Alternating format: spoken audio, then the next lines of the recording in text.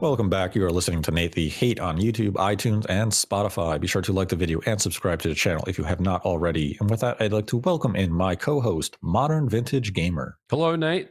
It's great to be here. Where have we been? It has been a while. What's the story? What's going on? What are we doing? We had a couple of episodes kind of in the oven. One got stuck in legal that we still hope to make happen. And the other one we just haven't been able to schedule to make happen. So we were waiting to see if we could make those a reality. And unfortunately, as we waited and they didn't become a reality, it put us on the shelf for a little while. But now that the Switch 2 is basically on the eve of launch, we have returned and we wanted to get some, hype check, see how we're feeling about the Switch 2 as it looms just over the horizon with its launch pending. And let's start with that. Where would you say your hype levels are for the Switch 2 right now? Well, we're only days away from the Nintendo Switch 2, Nate. My hype levels are, I'll say, somewhere between very, very hyped and somewhat hyped. I think somewhere in the middle. Obviously, when there's new hardware that gets released, it's always a very exciting time. People get to play with new hardware. There are new experiences. There are new games to play. So it's always a really good time when a new system is released. Having said that, this is the Nintendo Switch 2. There is a lot of excitement, a lot of anticipation, a lot of hype around the system. But I don't know, Nate. Maybe I'm just getting a little older and I'm not really as, connected to this stuff as much as I used to be.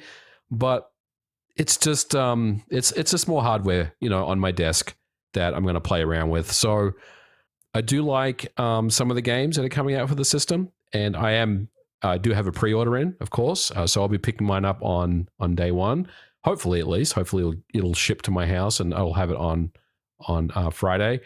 But I don't know. I'm somewhat hyped about it, but it's difficult for me just to get really hyped about stuff anymore when it comes to new console hardware. Where are you feeling about this though? What's your level at the moment?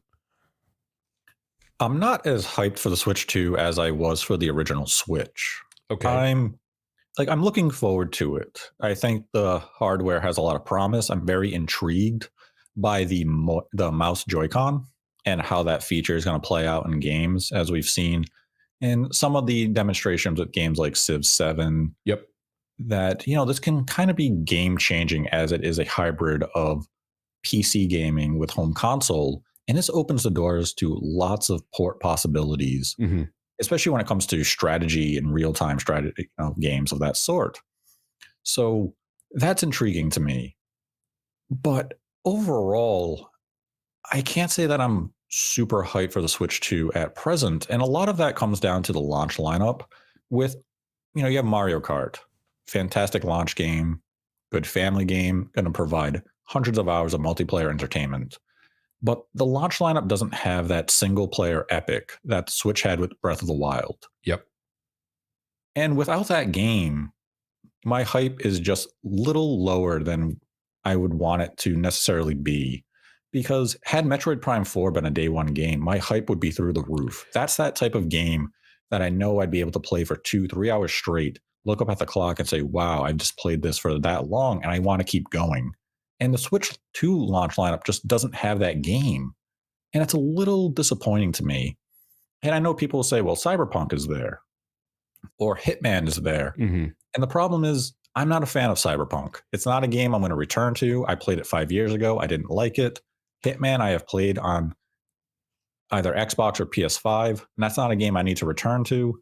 So the launch lineup for me is just lacking that must-have game outside of Mario Kart and Fast Fusion. And both of those games are racing games.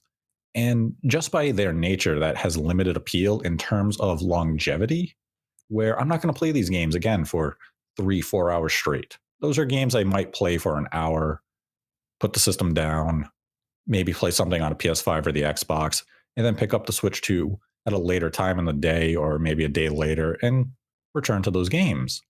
Look, Mario Kart is going to be a great game, but look, maybe I'm not the right person to kind of speak on it because I've always been a casual Mario Kart player. I've never been someone that's really been invested into it. I've never been someone that's put 200 hours into Mario Kart, like, some people that I know that love the game.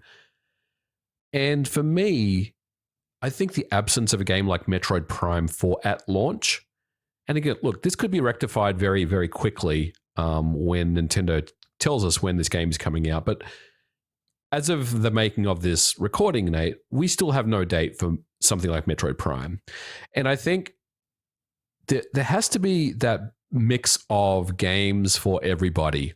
And you mentioned some of those third-party games like Cyberpunk, Street Fighter, what have you. The problem with those games is all of them have been around for a while.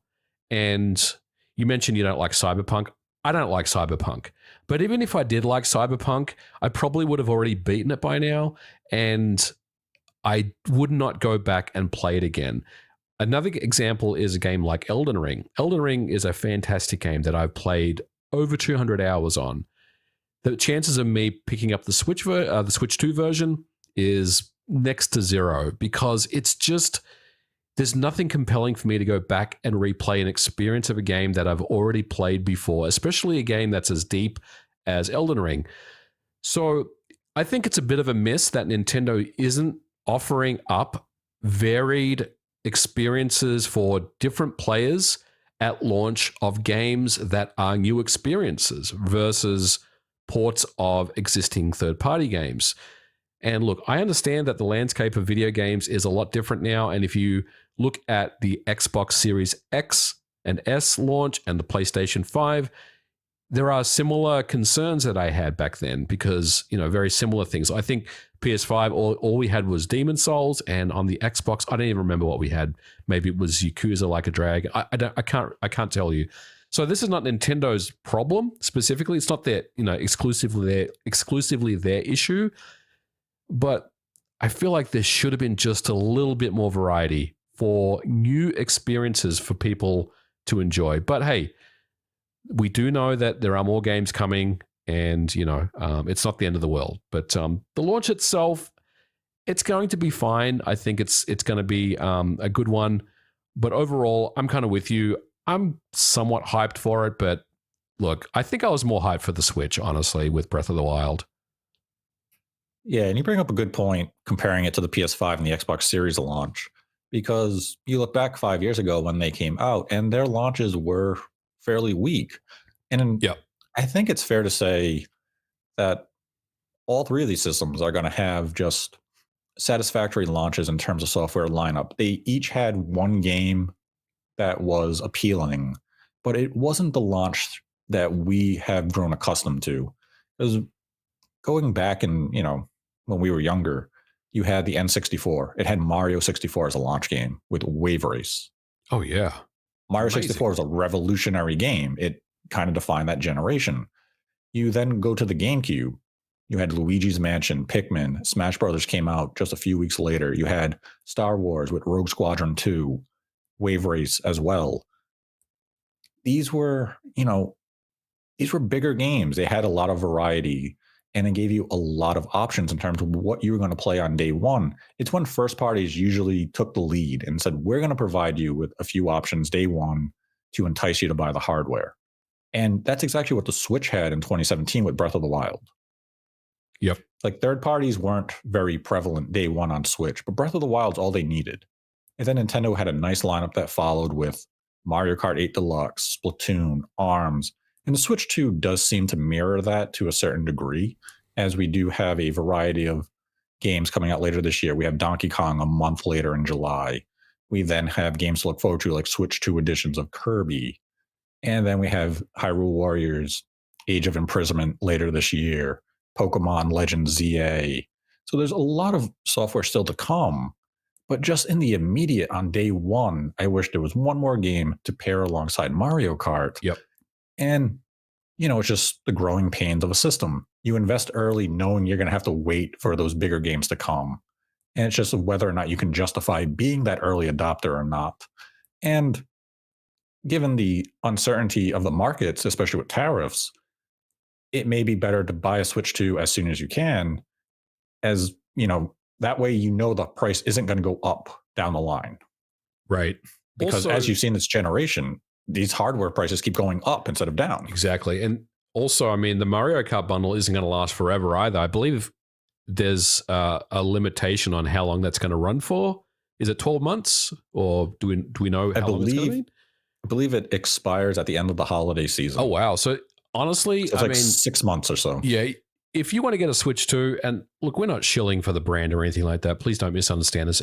You probably want to jump on one sooner rather than later based on potential price increases and missing out on that Mario Kart bundle. I mean, I think $80 is absurd to pay for a game like Mario Kart. I would never pay that much money. I am getting the bundle because the bundle is available to me. If there was no bundle, I would not get Mario Kart, and I'd be really in a situation where I'd be like, well, what do I have this hardware for at this point? Because I wouldn't pay that amount of money for it. I'd just kind of be waiting for something like Donkey Kong. And look, if I wasn't someone that is making content on the Switch 2, I probably would have just waited until some more games had come out. You know, maybe Metroid. I'd jump on one when that happened. And look, I've done this before. You know, you mentioned the GameCube, Nate. I never bought a GameCube at launch. I had an Xbox and I had a PlayStation 2. I only got a GameCube was when Metroid Prime had released, because I was like, well, this is Metroid.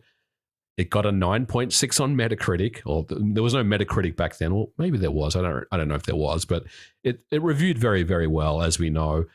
And I wanted to play Metroid Prime because I loved the GBA games. I loved Super Metroid. So that's why I bought the system. I'm not buying the system for Mario Kart. I'm getting Mario Kart as a bundle. If it wasn't available as part of the digital bundle, I probably wouldn't be getting the system right now, honestly. See, that's actually one of the gambles I am taking. I don't have a pre-order for a Switch 2. I have tried, I have failed at every turn, and I'm going to hope on the day before launch, I'm going to see if I can line up in front of a store and secure one at midnight, or try launch day at an early morning at a location. And if I can't get the bundle, I will just get the base hardware, Yep. and I'm not buying Mario Kart. I'm not spending $80 on the game. I will then go home. I will download Fast Fusion for $15. Yeah. I will play some of the GameCube games on NSO, and my launch time with a Switch 2 will be a digital only racing game and nostalgia. Yeah. I think for me, you know, Mario Kart, I'll definitely play some of it. I'll put some hours into it for sure. But I'm interested in the backward compatibility. I'm interested in the GameCube emulation. And honestly, at the end of the day, I'm just happy that Nintendo is finally releasing the system. I mean, how many years has this thing been, you know, discussed and talked about? We're at the point now where it's finally coming out. I'm sure Nintendo is very relieved that it's launching next week or this week. And yeah, we can all start to get on with things. But look, it's exciting. You know, it's a new system. Nintendo, I'm sure, is very, very hyped about it as well. And look, there's going to be a lot of interesting announcements that come up. I'm sure this is not the end of, you know, the releases that we're going to see this year. I think there's going to be more announcements coming. Yes, I mean, there will be more announcements coming. It's just a question of when will those announcements happen. And I know recently there have been some headlines and rumors about a Nintendo Direct taking place in the immediate future. And all I can say on those rumors at present is that I am not aware of a Direct happening in the immediate future. I'm not aware of one being imminent, but naturally, Nintendo is going to have to communicate what is coming to the Switch 2 in the second half of the year beyond what they have already detailed. Also, third parties are going to want to announce more of their games coming this year. So it's really just a matter of when will the next Nintendo Direct take place. And Nintendo always has a Direct during the summer months. It's just a question of, will one take place in June? Will it be July? Could it be August? Or will we have to wait till September? When it will happen, you know, if I hear anything, I will let people know. But right now, I have not heard anything. So hopefully, Nintendo is able to communicate with us soon their future plans in terms of Nintendo Directs, and we get a look at what Nintendo will have this holiday and beyond moving into 2026, because we need a date for Metroid Prime 4. And I think that is the one game everyone is eagerly anticipating a release date for Switch 2. of when are we going to be playing this game? Hopefully it's sooner than later. I really hope it's not their holiday game. I want it to be kind of Yeah. an end of summer game, kind of replicate what they did with Metroid Prime 3, release it in late August. Yep. But I could also easily see them position it as a holiday game, but I really hope that's not the case. Yeah, I'm with you on that. I want to see Metroid Prime 4 released sooner rather than later. Look, if it's a holiday game, it's a holiday game, right? But man, this game has to come out. I'm hoping it's by the end of the summer as well. I think that would be a great time to drop the game. But I mean, it looks like it's done, based on what we've seen. But you never know, right? Like it's just one of those things where maybe it just needs a little bit more time to polish. Hopefully, they're enhancing the Switch 2 features for the game, but that is absolutely my number one game that I want to play on the Switch 2. And it really echoes how I felt with the GameCube all those years ago.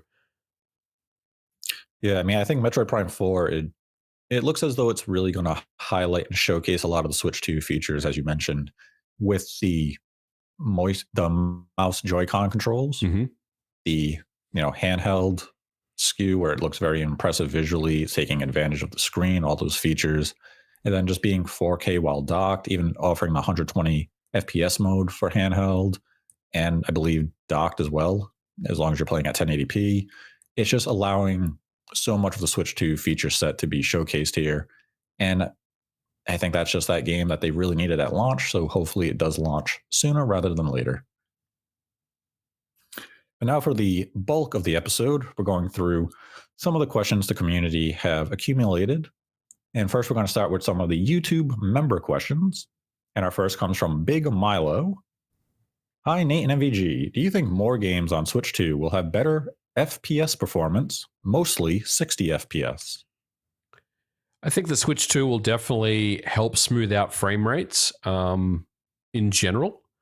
And it's going to be a combination of Switch 2 updates, various patches, and the hardware itself could potentially help with improving frame rates.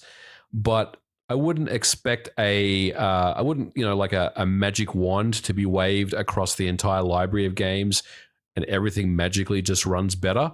Every single game was built differently. It has its own issues as far as the reasons why those games don't perform well on Switch 1 hardware. Sometimes it's a matter of the CPU is being absolutely taxed. It's being maxed out. The GPU is being maxed out, memory utilization, memory bandwidth. There's different reasons why games don't run as well as they might. But I think in general, the Switch 2 will definitely help with some of the games, and we're already starting to see some of these Switch 2 editions that will have improved fidelity and improved frame rate. So I don't know. What do you think, Nate? I think ultimately it's really just there's no kind of one size fits all solution, but it's really more a case of let's take each game and assess it and see what we can possibly do to enhance it if we're even going to do that. Yeah, it's definitely a game to game type situation. When it comes to native Switch 2 games, it's going to come down to that CPU load. Yep. And it also comes down to what the developers are targeting themselves. Sometimes developers will target 30 FPS, and that's a creative choice. But if 60 FPS is possible, I think a lot of the games on Switch 2 will be 60 FPS. And we know Nintendo likes to prioritize 60 FPS for their games. So this should make it more realistic for Nintendo. And in a recent interview with Hyrule Warriors Age of Imprisonment, they did make a specific mention that the Switch 2 was allowing them to target higher frame rate. Mm-hmm. And also, it really just comes down to the games. Yeah. So ideally, we will see more 60 FPS games on the platform, but it's going to depend on whether these games are being developed for Switch 2 in mind, or if they're downports of PS5 and Xbox Series games, because downports, again, depending if they're CPU heavy, mm-hmm. they may only be possible at 30 FPS or maybe 40 FPS on Switch 2. So it just comes down to the game. Then had a question from No Fruit Snack for You. Do you boys think we will see a game bundled with the console? Yes, Mario Kart. Yes. Then had a question from Fangs the Wolf 6459. Hi everyone. With the Switch 2 and the new Mario Kart game finally revealed, I have been thinking of what happened from the jump from Splatoon 2 to 3. The third game of the Splatoon series introduced many live service game concepts, such as battle pass progression as well as seasons. What are the chances of some of these concepts spreading to other Nintendo games such as Mario Kart and Smash in the upcoming generation? Thanks again and keep up the great work. Well, Mario Kart's definitely getting some of those features, I would say. We also have game chat as well, which is inherently available at the hardware level. So yeah, I mean, I think ultimately Nintendo is starting to adopt those features into other games, and I think we'll start to see that happen more in the Switch 2's life cycle as well with their various first party games that they announce. I mean, certain games definitely would benefit from Nintendo going that style. And it's just a question of does Nintendo have the bandwidth to produce content to support the games in that way? Yeah. I think Mario Kart is a good candidate for them to embrace that, make it that once a generation game, but give it not necessarily yearly content, but content at a steady pace to keep people engaged.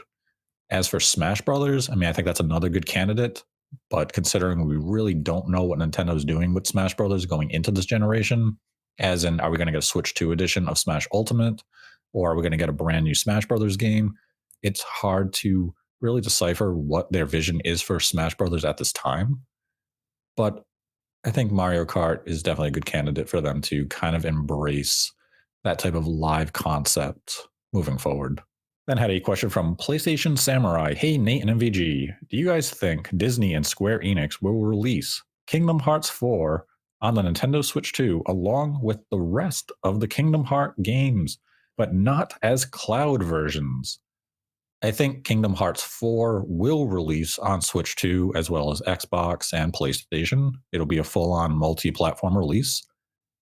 As to whether or not they will revisit the trilogy and bring them over to the Switch 2, I mean, I think it would make a lot of sense to do so, but I mean, it's just Square Enix, so it's going to be a matter of whether or not the release makes sense. And, they may just prioritize bringing Kingdom Hearts 4 over. Yeah.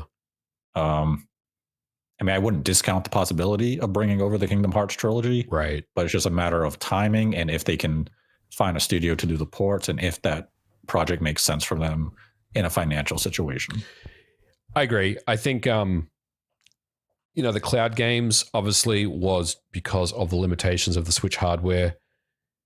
Obviously, the Switch 2 is more capable of running those games now. I don't have any concerns that they wouldn't be able to run on Switch 2, but I think it comes down to, does it make financial sense versus just bringing out Kingdom Hearts 4?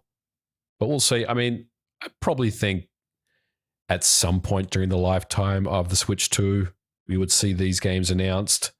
But yeah, I mean, Square Enix sometimes, they make decisions that I don't really see coming. So we'll see. Then had a question from Venicero Retro. Hi, Nate and MVG. Do you feel part of the delay in or late showing of the Switch 2 is due in part with NVIDIA and that companies waiting to show the new 5 series and what the latest DLSS software is doing or capable of doing?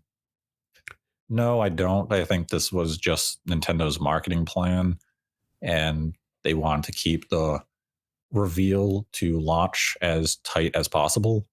And it just happened to coincide very close to when NVIDIA was unveiling the new 5 series and latest DLSS. I think it's that, but I also feel like maybe they were waiting on Mario Kart to be in a shippable state before they proceeded. And I'm not saying that, development took longer than expected or anything like that. But if you don't have that strong launch game, as we were talking about previously, then you don't really have a system. So I think ultimately they were just waiting for the software to be ready as well. Yeah, I'd definitely say software was a big part of it. And that was also a report that came out at one point that Nintendo was waiting for software to be ready. Mm-hmm. Then had a question from Epsilon Nate 10.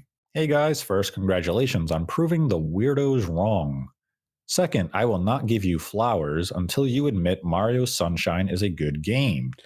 But on to my question. We know Microsoft is planning to bring some games to the Switch too. Do you think Psychonauts 2 is one of those titles that can come? Yes, because I want to put it into the universe. Psychonauts 2 would be great on the Switch too. I'd love to see it. I would love to see it. I just don't, I kind of feel like it's too late. Well, see, that's the thing, right? Like we were talking about at the start. You've already played these games. There's a certain time limit has passed. And it's like, well, do I really want to go back at this point? That's the difficulty I have with these big games coming out for the Switch too, like Cyberpunk and Elden Ring. These games have been around for a while, and it's like, I don't know. But a game like Psychonauts 2, which I did play on the Xbox many, many years ago, and I enjoyed it. I could probably double dip on a handheld and enjoy it on the Switch 2, Nate. So I'm going to give it a pass and say, yeah, I'd probably pick it up and play it. Yeah, I mean, I'd pick it up if it was cheap enough, but it's not a game that I really have a great appetite for at this point. But I mean, it's a situation of if Microsoft wants to make that port a reality, they can, and they would just have to probably find a developer to do it, as I would imagine Double Fine is quite busy with their next project at this point. So it's probably a matter of can we do it versus a matter of should we do it. Right. Then had a question from RG Pistolero. Hi guys, awesome job, Nate, for getting the reveal trailer right. Will the Switch 2 read speeds from the internal drive and express micro SD cards be good enough for next gen games like Final Fantasy Rebirth? Yes, because Final Fantasy Rebirth. Well, hang on. Rebirth hasn't been announced yet. Remake has been announced. So Correct. that's a good question. I think so. I think it is. Again, we don't know exactly what the read speeds are going to look like. I mean, we have some specs out there, but I think we need to start seeing some real world tests with loading performance before we can really make that determination. But look, if remake is coming, then I don't know how you feel, Nate, but I think Rebirth is on the cards as well. Rebirth is coming. Yeah. It's just not coming until 2026. Right. Then had a question from Fox Den Gamer. Hello, gentlemen. Do you guys think Nintendo will play around with the Switch 2 OS more than they did with the original Switch and give us more things like themes and real folders? No, I don't. No, but they're giving us game chat. We're getting game chat, which, is, I guess, them playing around with the operating system, right? Because that is an operating system level feature that we're getting. And we're also getting GameCube. So there's been some stuff there. But I know you're talking about themes and folders and more enhancements to the OS itself to kind of make it look nicer or make it more personalized, if you will. No, we're not getting any of that. Then our final YouTube members question comes from Zombie Porin. Hi, Nate and MVG. So, you buying those rumors about the Joy-Con having Hall effect joysticks? No, because that's now been deconfirmed. Yes, and I don't think we ever bought into that, even at the time. It's easier for me to say that now, of course, but I didn't really think that was accurate. I mean, it would have been great had that been the case because it would have really addressed any concerns with drift. But Nintendo has claimed they've come up with their own solution that will make drift less likely on Switch 2 Joy-Cons than it was on the Switch. Time will tell. Yeah. And now to some of the Streamlabs questions. Our first comes from the Zelda Sensei. No question, Nate and MVG just want to support. Good luck this year, and here is to another year of potentially great games and new consoles. Mm-hmm. Then had a question from Jackie G. It's me again. Here to sob about the state of Xbox physical games. You predicted 10 Microsoft games for 2025. How many of those do you expect to get a retail release? Just Call of Duty? Well, since that Xbox episode was recorded, we have seen Oblivion come out.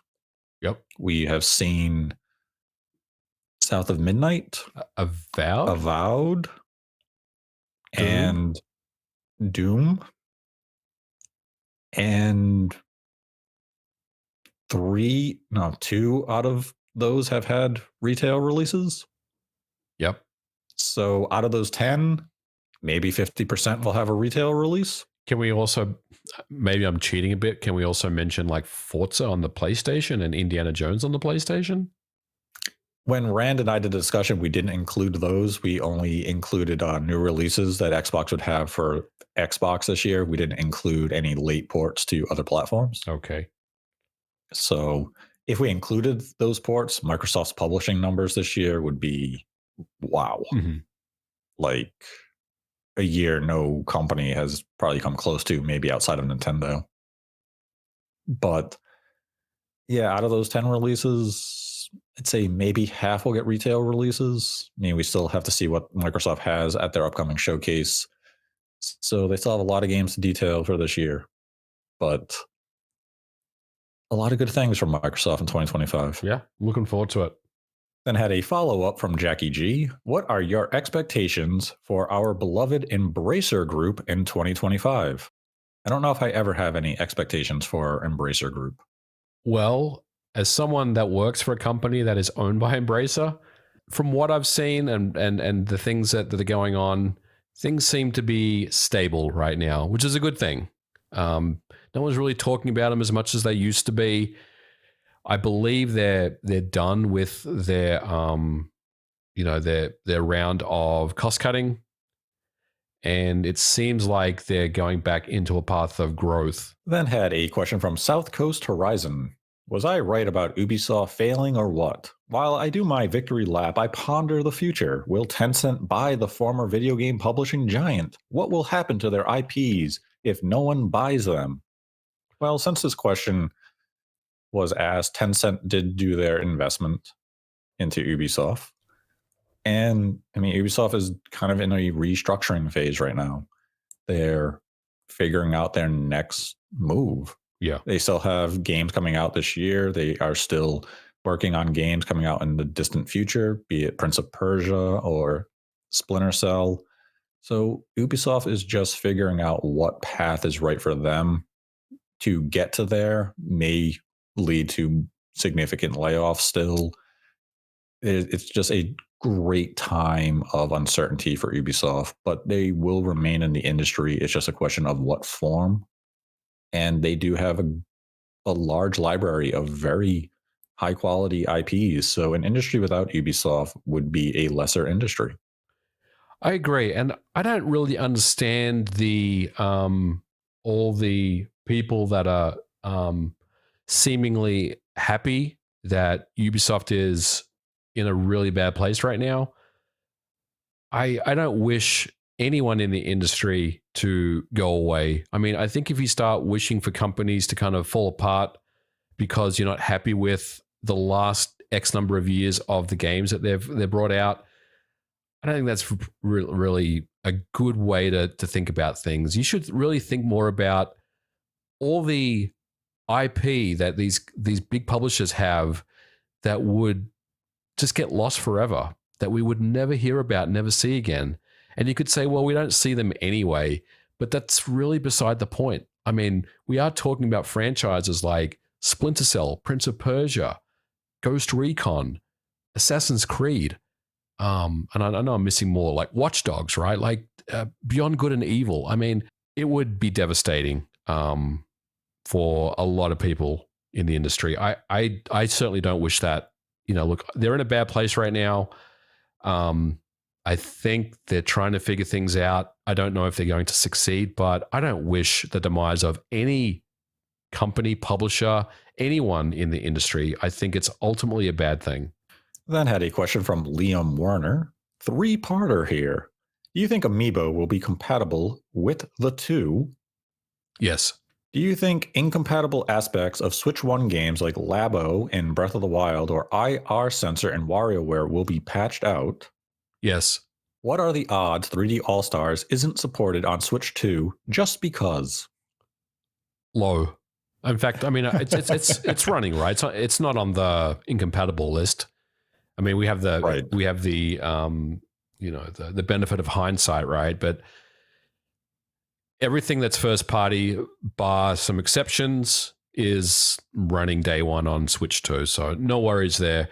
It's a good point, though. You mentioned 3D All Stars. It's definitely one of those games that I'm interested in testing out via backward compatibility to see what that's like. Because think about it, you're running games that are running on emulators. So it's like Inception almost, Nate. So you know what I mean? Like you're playing Sunshine on a Switch 2, which is running via backward compatibility, and then you're running a GameCube emulator to run Mario Sunshine. So I am curious to see what that looks like, but I think it's going to be fine. Then had a donation from Optimus Pledge. Good day again from Australia, lads. Been a while since I asked a question, since you two usually cover it in your videos or someone else asks. But first, I want to say congrats for the recent appreciation and respect you've been getting online, Nate. It's about time. My first question is, do you expect Nintendo to fully upgrade and overhaul their UI and eShop? Surely they will, right? Because that's one of the things that makes the OG Switch feel most dated to me, with with so much room to improve, and that shovelware. Well, the UI seems to be a near identical replication of what the Switch had, and the eShop has been improved, but nobody has been able to actually test the eShop because nobody has the system and media won't have the system ahead of time. So, as to how good the eShop truly is, we will have to wait and find out come launch day. Yeah, I mean, we have heard that it's going to be a much more responsive user experience when it comes to the eShop. And given the power of the Switch 2 over the Switch, it makes sense. But yeah, we just don't have any visibility on it. So we'll have to wait and see come launch. Yeah. Like we've seen the videos Nintendo has put out there of saying we've improved the eShop, but how much better is the eShop truly? Right. We have to get that first hands-on experience. And will Yeah, it stay that way for the duration of the generation? The eShop, right. when it launched, it was fine, but obviously was not scalable. So when we have 15,000 Switch 2 games on the eShop, what is that going to look like from a user experience perspective? Right.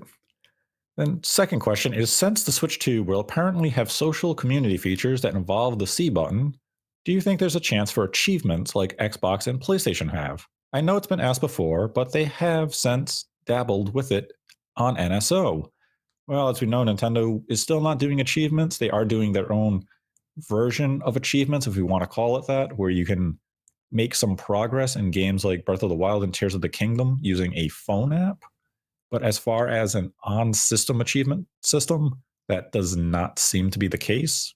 And I know that it's always a hot topic of debate among gamers where people will say, I don't want achievements, I don't want trophies because it interferes with the immersion you have with the game. And others say, I want it so I can track my progress.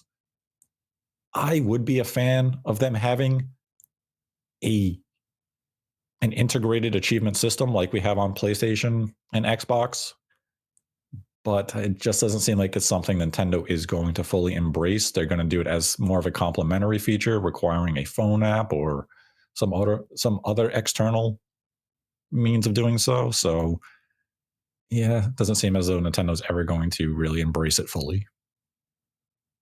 I agree. Then had a question from Liam Warner. Do you think there will always be third-party options for repairing consoles? There are still people who repair NES, and I'm kind of hoping the same would be true of a 3DS in 30 years, since I kind of want to leave mine unhacked despite easiness. Depends on the type of repairs we're talking about. I mean, if we're talking about battery replacement, screen replacement type stuff, I think all that stuff will be around for a while. If you look at the retro gaming market, there's always drop-in replacement screens. There's better screens for systems like the Game Boy Advance, for example. There's IPS panels you can put in. So, yeah, I mean, I think there's always going to be those types of things that you can do. But if we're talking about, doing chip replacements and stuff like that, that's going to be a lot more difficult because, console hardware these days is very custom. It's very, SoC based, and they tend to not use off the shelf parts like they used to back in the day. We then had a question from Carvan. Hey, Nate and MVG, thanks for all the great content. Been wondering about what you think about Doom, The Dark Ages, and the Switch 2. Personally, I think it's a shoo-in, but I know some others don't. Could it be at the presentation? Launch title? I think it makes sense. Well, Benefit of hindsight, it's not a launch game. No, but I think Doom, The Dark Ages will show up at some point. I couldn't say when, though. Probably not 2025, may not even be 2026. It could get announced at a direct sometime next year, 2026, and based on what we saw with Doom Eternal and 2016. But yeah, obviously not for launch. Yeah, I think if it comes over, it will be a late port. The last I had heard, the game was not in development for the system, but that goes back a couple of months ago, and I believe it was just a case of they didn't have dev kits. So it's just a matter of, do they now have access? Is it something they can fit into their pipeline and their planning? So will Doom Dark Ages come to Switch 2? I cannot say. Would I be surprised if it comes to the system? Not at all. I think it could show up within that first 12-month window. It's just a question of, does Microsoft and Bethesda want to make that port possible? And do they want to explore doing that port? And I think they will. They had great success with Doom 2016 and Doom Eternal on the Switch, so it only feels natural for them to continue that trend with the Switch 2 and Doom Dark Ages. So I kind of feel it's a question of when and not if regarding that title. Yep. Then had a question from Nintenduvo. Hey guys, do you think Nintendo... They then follow up with, had to do a second donation because I forgot to add my question in the initial one. But hey guys, do you think Nintendo first parties will forego the use of DLSS in favor of their own upscaler that was patented? I mean, I think it will come down to which development team is doing the project within Nintendo and what they are most familiar with and what they think will give them the best results. So whether it's NVIDIA's DLSS solution or Nintendo's own upscaling solution will be up to, that individual developer and for them to get the maximum results that they seek for their project. Yep. Yeah, and just to add to that, developers are offered many kind of different choices to get the job done, and it's really up to them as to how they would approach it.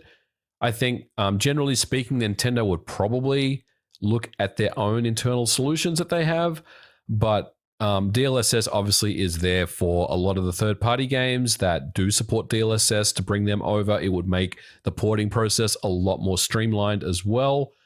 So really, it's just whatever tool you have in the tool bag to get the job done is what the answer would be there. Then had a question from Liam Werner. Does GameCube NSO mean we'll likely never get ownable versions of these games ever again? Because the GameCube version of Wind Waker after playing HD is honestly egregious. I mean, the presence of GameCube NSO doesn't necessarily negate Nintendo from being able to remaster or remake any of these GameCube games, because if you look at Game Boy or Game Boy Advance NSO or N64 NSO, Nintendo have done remakes or remasters like Link's Awakening, for example. Yep. So this doesn't necessarily mean that they cannot do that with GameCube games. It's just a question of, will they do it with the project? So I wouldn't say that this outright means you'll never be able to own any of these GameCube games, but I do wish Nintendo would consider exploring a path similar to what Sony does with PlayStation Plus Classics, that you can or would be able to buy some of these NSO games standalone. But right now, Nintendo continues to, they just restrict them to their subscription service. So maybe down the line, this is something Nintendo will consider selling them standalone, but it doesn't seem as though it's something that we will see in the immediate.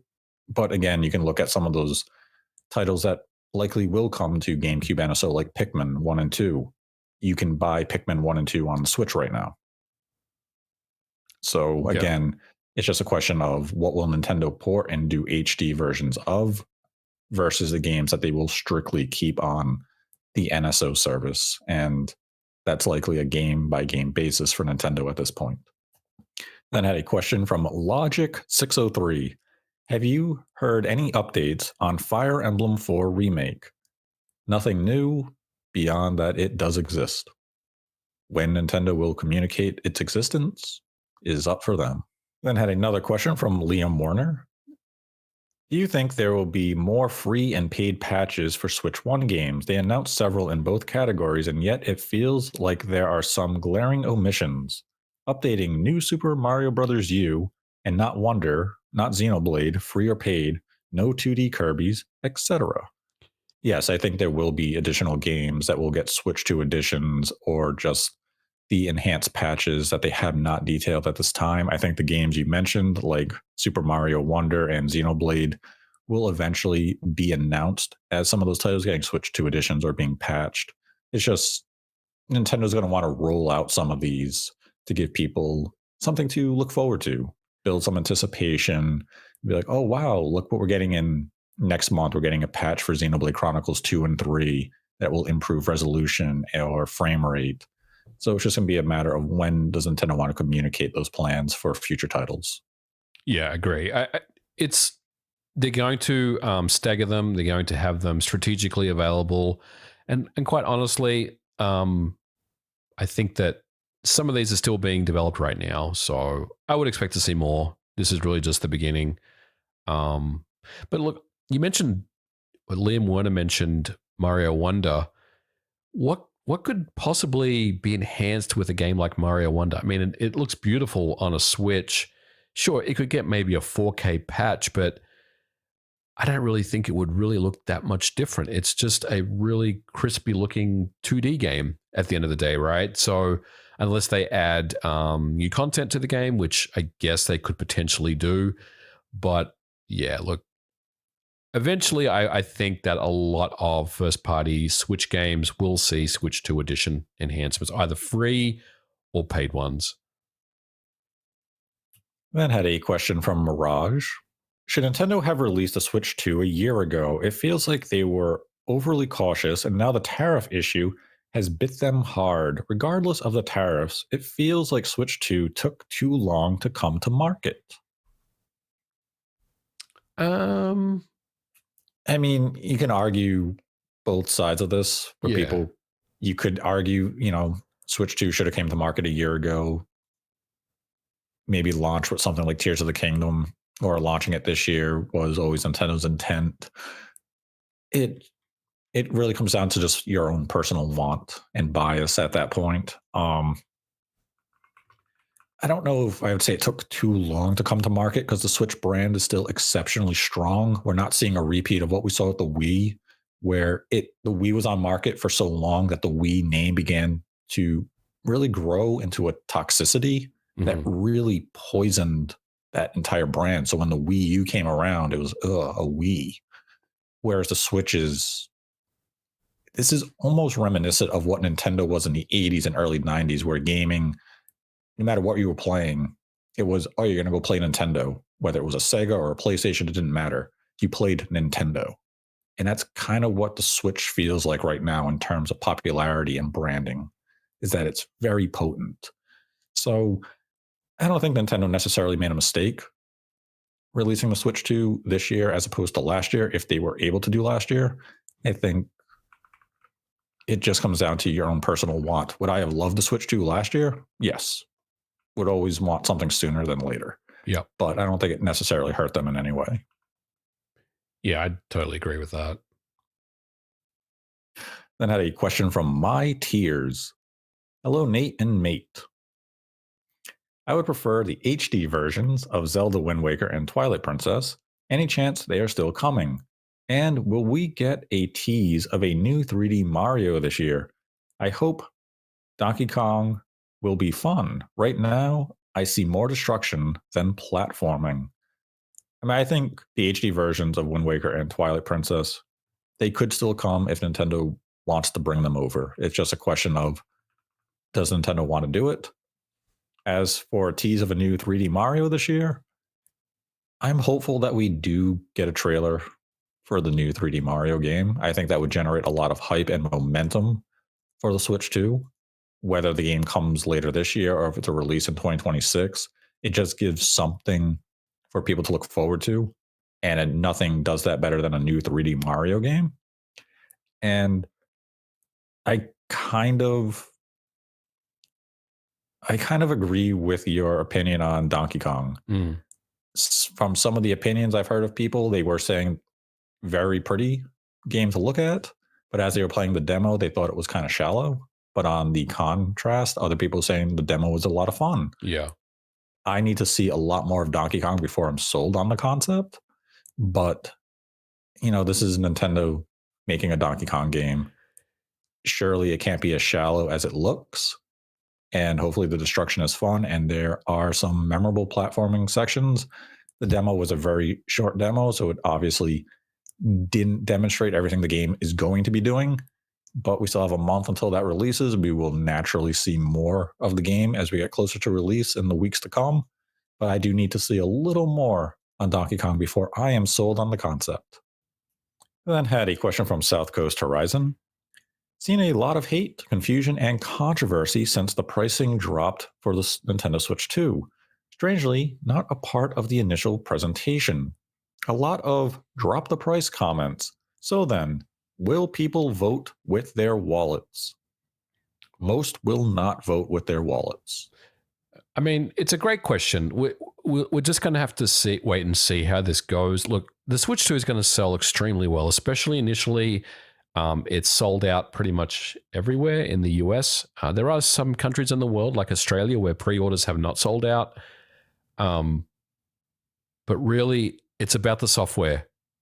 That's what it comes down to. If they have strong software, which I think they will, it's going to sell extremely well. But look, the price is definitely some sticker shock to some people. But look, ultimately, if Nintendo has good games, and we're pretty confident that they will, or this generation again, I don't think there's really any concerns. It's going to be a very successful system for them.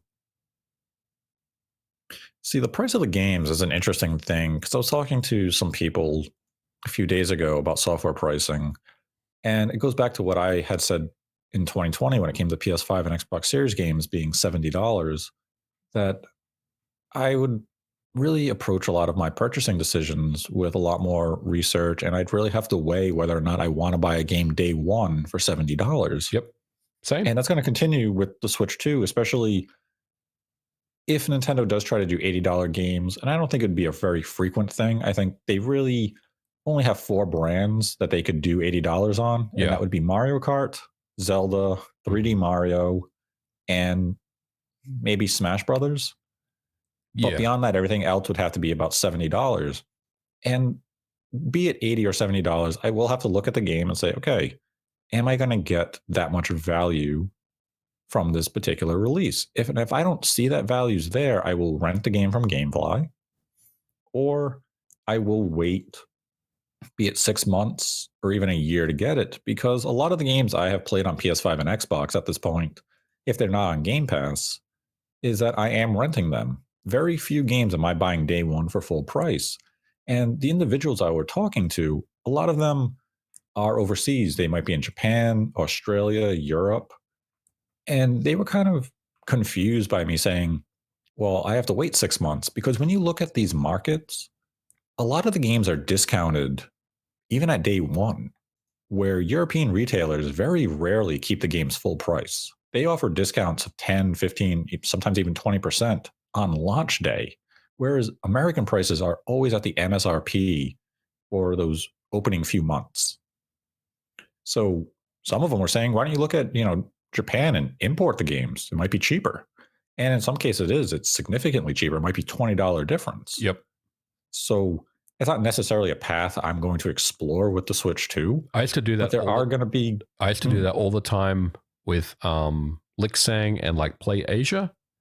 So in Australia, Yep. the PAL games were like $100 or something, and you could get a much cheaper copy that was region free that had English translation, localization for like $50, $60. It was a no-brainer. I did that so many times. And if I need to do it again this generation, Nate, in order to get a game cheaper elsewhere, I will do that. And I think you're right.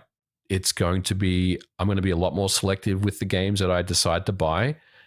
And I kind of talked about I wouldn't spend $80 on Mario Kart, and I wouldn't. That's a game that is just too expensive, and it just doesn't make sense to me. Right. Like Mario Kart, it's not an $80 game for me. Donkey Kong does not look like a $70 game to me right now. Mm-hmm. That's for Nintendo to convince me it's going to be worth $70. But at the same time, I look at games coming from PlayStation like Ghost of Yotei. That's not a $70 game for me either. Agree. Like I played Ghost of Tsushima. I enjoyed it, but I would not give you $70 for the sequel. Absolutely agree. And I said this years ago. I just want to be clear that, a lot of people say that, well, where was this outrage for Sony, when they raised the price of their game? I said years ago. 6 years ago. Yeah, I said years ago that Returnal, which is one of my favorite PS5 games, is not a $70 game. It's on a Spawncast somewhere, and I've said it. I think I said it on this show as well when we recorded it. I never liked the price of Returnal. I think the game is fantastic, but to this day, I don't think it's a $70 game. There's just not enough meat on the bone to make it a $70 experience for me.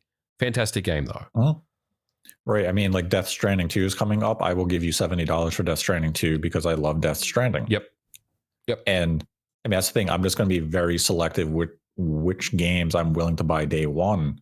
And I am seeing it right now with Nintendo increasing the price of their Switch 2 software. So, I mean, that's just how I have to approach games now because it is becoming more expensive. And really just have to educate yourself on, is this game worth buying day one? And it comes down to, if you don't have to be part of that day one conversation, or essentially the launch week conversation, wait. Mm-hmm. Wait a few months, wait for the 25, 30, 40% discount that the games will get, and enjoy the game for cheaper. They're not going anywhere. Then had a question from South Coast Horizon. There's no way in hell the Switch 2 will do nearly as well as the first hybrid console. But what is Nintendo even considered a successful first few years? How long will Switch be supported for?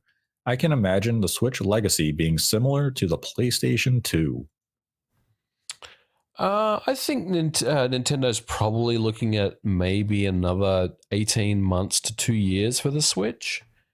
I think there's still going to be some games that come out for it, kind of bigger releases, if you will.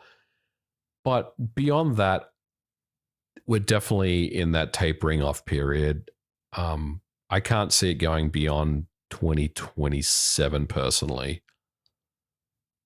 Yeah, definitely we'll still get releases in 2026 from Nintendo themselves. Third party and indies could support it, going into 2027, 2028, really until Nintendo no longer allows the eShop to take new submissions. So that could be several years, maybe even 2030. It all is dependent on how Nintendo wants to approach it. In terms of like hardware manufacturing, Nintendo probably has 18, 24 months before they're going to just completely cease manufacturing new Switch hardware. But Nintendo's definitely not just going to halt the Switch in the immediate future. It still has at least a year ahead of it of getting support.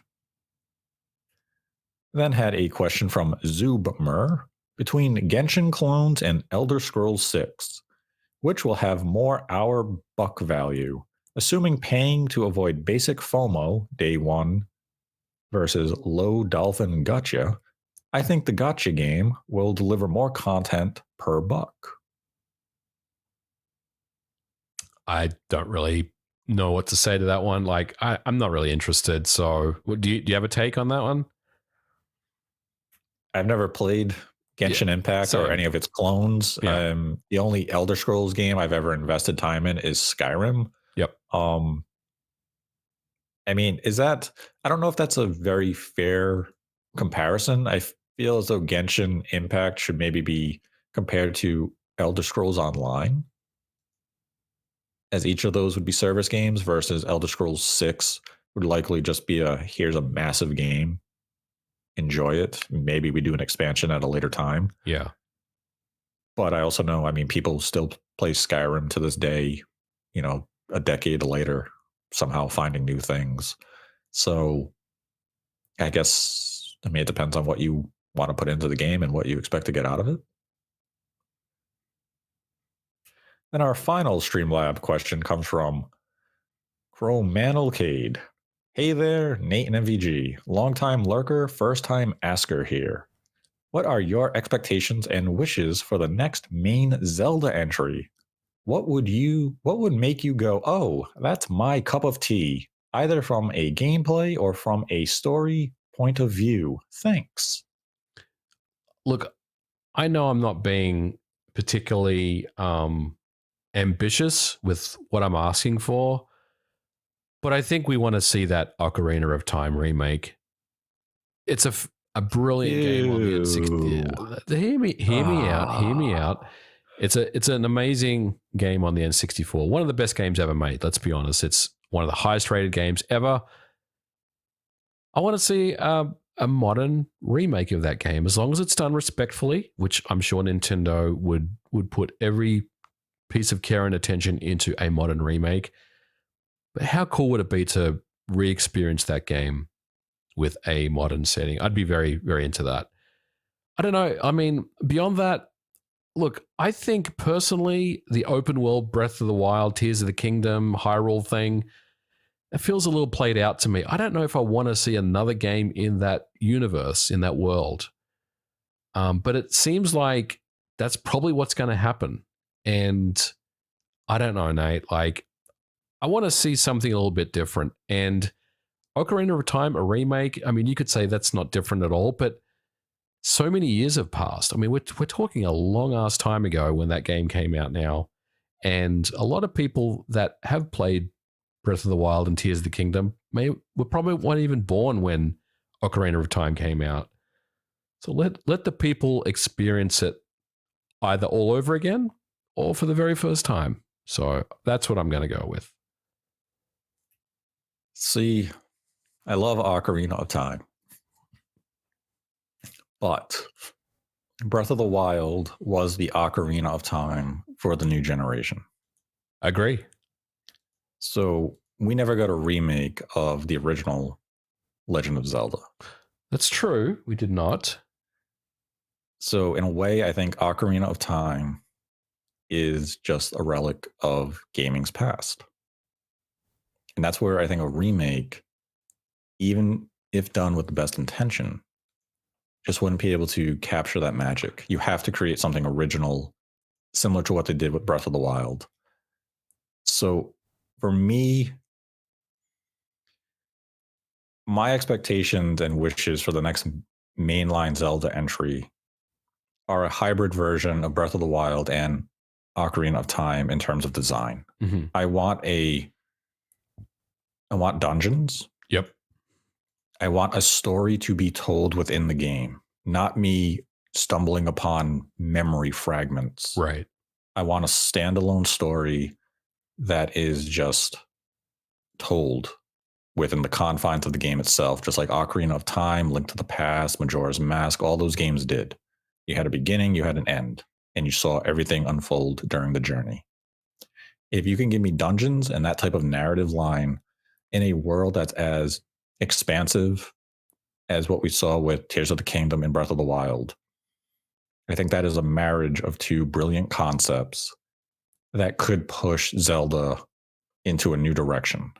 Because I think following Tears of the Kingdom, I'm looking for something new with the Zelda franchise. I'm looking for them to spice things up in some fashion. And I think if they did it a third time, I would begin to feel very fatigued with this formula. And I know people say, well, that seems a bit extreme. They were doing the same formula with the 3D Zelda games from Ocarina of Time up to Twilight Princess and you weren't fatigued, those games were introducing new gameplay concepts, even if the overall construct was similar Yeah. in terms of the dungeons and progression. But due to the openness of Breath of the Wild and Tears of the Kingdom, it's more of that, it becomes a little more exhausting. Right. That it's just a lot of exploration and all the verticality and such that those games offer. So I think if you had the dungeons, just a standalone story told within the game, it would just be that perfect blend. And, maybe if they were to remake Ocarina of Time and they did it in that fashion, that would get me on board. Mm-hmm. But I just I want, as much as I want them to go back to the old ways with Zelda, I also don't know if they truly can. Because when we grew up and what we were playing, it's very linear, even though at the time to us it felt expansive. Right. And I don't know if they can go back to that linear design after introducing people to such a huge do anything you want style approach.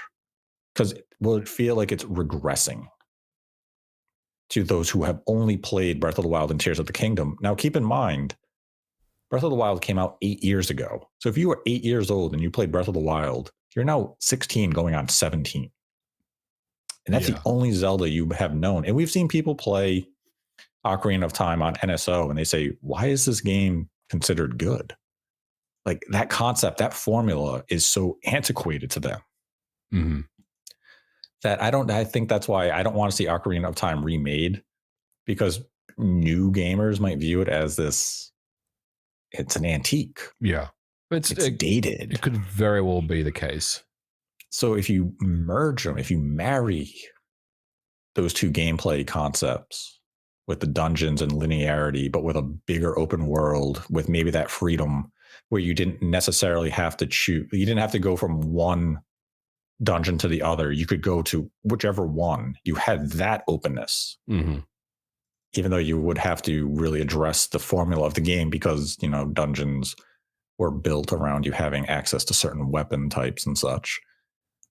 But maybe they could find a way to address that. So for me, I guess my wish list is just real, true dungeons and a cohesive standalone story that is told in its entirety without having to find memory shards and everything else. Yeah. Yeah, I mean, that would be really cool too. I don't know. I want Ocarina. You just default the greatest game of all time. Hey, well, I mean, I actually like Link to the Past better than Ocarina. And Link. I don't want that touched because that's a 2D experience, and I think if you try to make that a modern 3D game, I'm not sure how I'd feel about that. But something that was always 3D, even though it was very primitive 3D, that's a lot more. That's something that I can definitely get on board with.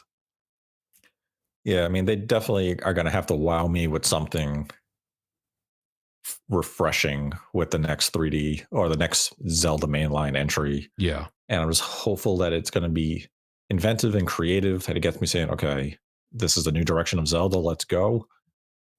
And hopefully we don't have to wait too long. I would love to have a new Zelda entry, let's say by 2027.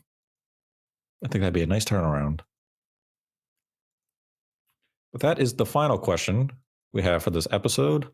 Our next episode will be available in the coming days as we give our predictions and thoughts for Summer Games Fest as well as the Xbox June Showcase. So be on the lookout for that. And I'd like to thank MVG for joining me. Always a pleasure, Nate. It's great to be back. And yeah, we got a lot more episodes coming up. So thanks for putting up with us. But we're back, and keep an eye on the channel. Yes, and hopefully by the next episode, I will be over this cold. So until then, continue to embrace the hate. With Nate and MVG, dissecting all the lies. Make the hate rocket hard. MVG dropping knowledge bombs. This podcast sitting strong, guiding us where we belong. Through the pixels and the codes, breaking down what future holds. Nate and MVG showing us the gaming gold.